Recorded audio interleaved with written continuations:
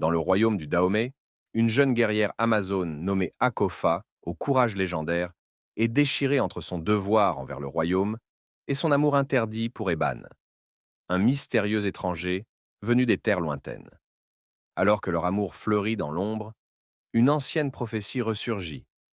L'union d'une guerrière sacrée et d'un homme des mers provoquera le courroux des dieux. Lors d'une fête rituelle dédiée au dieu du Vodun, Akofa rencontre Eban. Leur connexion est instantanée mais dangereuse. En secret, ils commencent une liaison, défiant les lois du royaume et les interdits culturels. La prêtresse Djeneba découvre leur union grâce à un rêve prophétique. Elle impose une malédiction sur Eban, qui tombe gravement malade. Akofa, dévastée, consulte un ancien oracle, qui lui révèle que le seul moyen de briser la malédiction est un sacrifice. Dans une confrontation avec Eban, Akofa apprend qu'il est le fils d'un prince banni. Son héritage pourrait déstabiliser le royaume.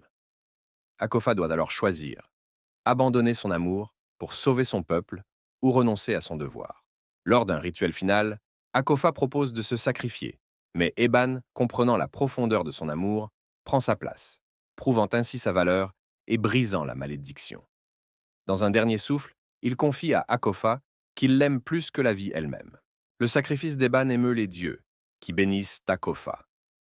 Elle devient une légende vivante, tandis qu'Eban est honoré comme un héros oublié. Leur histoire d'amour est gravée dans les chants et les récits du royaume.